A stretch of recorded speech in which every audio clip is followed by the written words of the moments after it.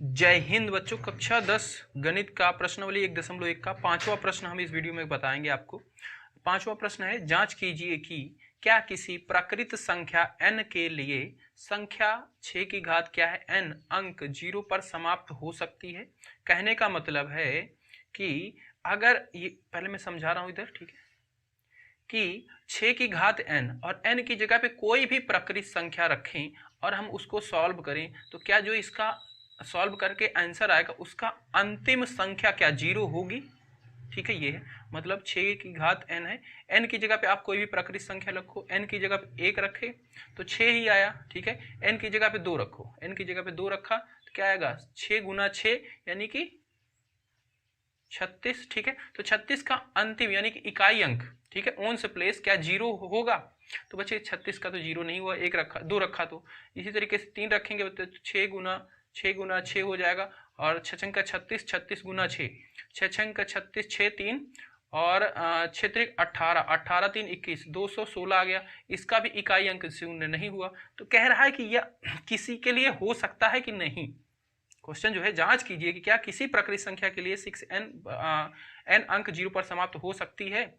तो बच्चे सबसे पहले हम इसको देखेंगे कि जिन संख्याओं के अंत में 0 होता है उनका गुणनखंडन किस रूप का होता है। ठीक है, तभी तो हम बता पाएंगे।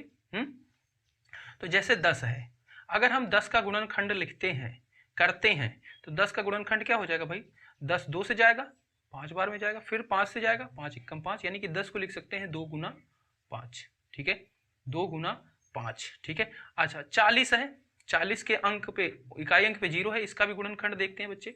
2 से जाएगा 20 बार में, फिर 2 से जाएगा 10 बार में, फिर 2 से जाएगा 5 बार में और फिर 5 एकम 5। तो बच्चे हमने 40 का भी गुणनखंड लिखा। यहाँ पे क्या आया, 2 की घात क्या है 3 है गुने 5 है। ठीक है, 100 का करें या फिर 50 का कर लेते हैं, इससे छोटा ही है। ठीक है, इसके अंक पे भी इकाई अंक पे 0 है, ये 2 से जाएगा 25 बार में, ये 25 तो नहीं जाएगा, 5 से जाएगा 5 पचम 25 और 5 एकम 5। तो 50 को भी क्या लिख सकते हैं बच्चे, 2 गुना 5 की घात 2।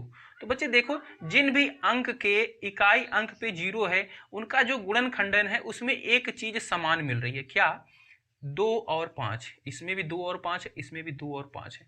इसका मतलब जिस संख्या के गुणनखंड में 2 गुना 5 होगा वो संख्या का इकाई अंक 0 होगा। समझे क्वेश्चन। ठीक है, ये मैंने डायरेक्ट संख्याएं ली, इनके इकाई अंक पे 0 थे, इनका गुणनखंड किया 2 और 5 के रूप में ही आया है।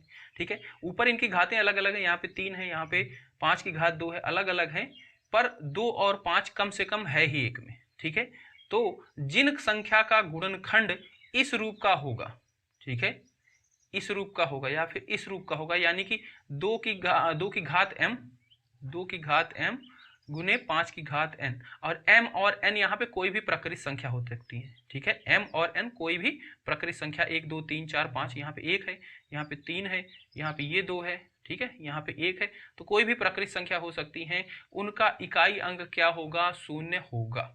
समझे, ये है इसका जवाब, यहीं से इसका जवाब निकलेगा बच्चे।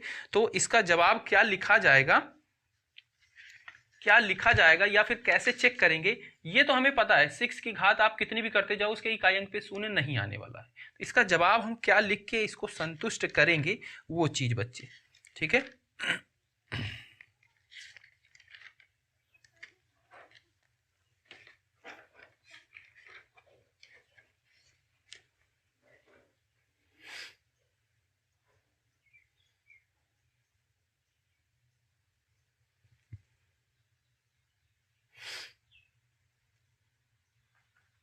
हल। सबसे पहले 6 का हम गुणनखंड करेंगे, देखते हैं 2 की घात 5 के रूप में आ रहा है क्या। तो 6 हमने लिखा, ठीक है, 6 किससे जाएगा, 2 से जाएगा 3 बार में, फिर 3 एकम 3। ठीक है, यानी कि 6 को लिख सकते हैं 2 गुना 3। ठीक है, 2 गुना 3 के रूप में आया है। तो बच्चे इसका कभी भी इकाई अंक 0 नहीं होगा, n की घात आप कितनी भी रख लो। ठीक है, n की घात आप कितनी भी रख लो, इसका कभी भी 0 अंक, इकाई अंक 0 नहीं होगा, उनस प्लेस 0 नहीं होगा। तो इसमें जवाब में लिखेंगे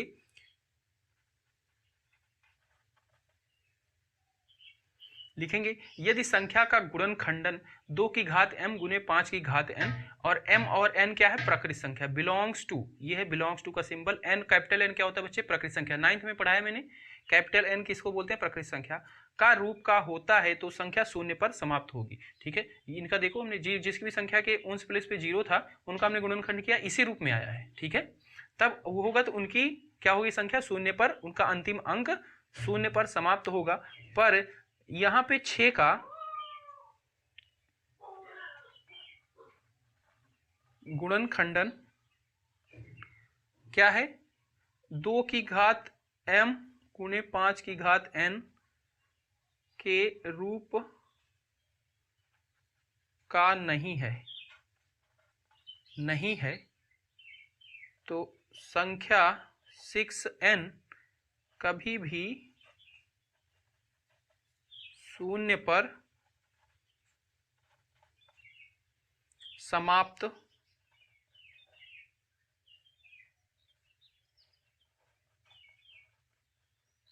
नहीं होगी। ठीक है, ये हम इसका जवाब लिखेंगे बच्चे। तो मैं यहां से बना दे रहा हूं कितना आपको लिखना है, ये हरे कलर से जो है ये आपको बताएगा कि कितना पोर्शन आपको लिखना है, ये पोर्शन जो है आपको लिखना है आंसर। ठीक है, उम्मीद करते हैं आपको समझ में आ गया होगा। ठीक है, बाय बाय प्यारे बच्चों, मिलते हैं अगली वीडियो में।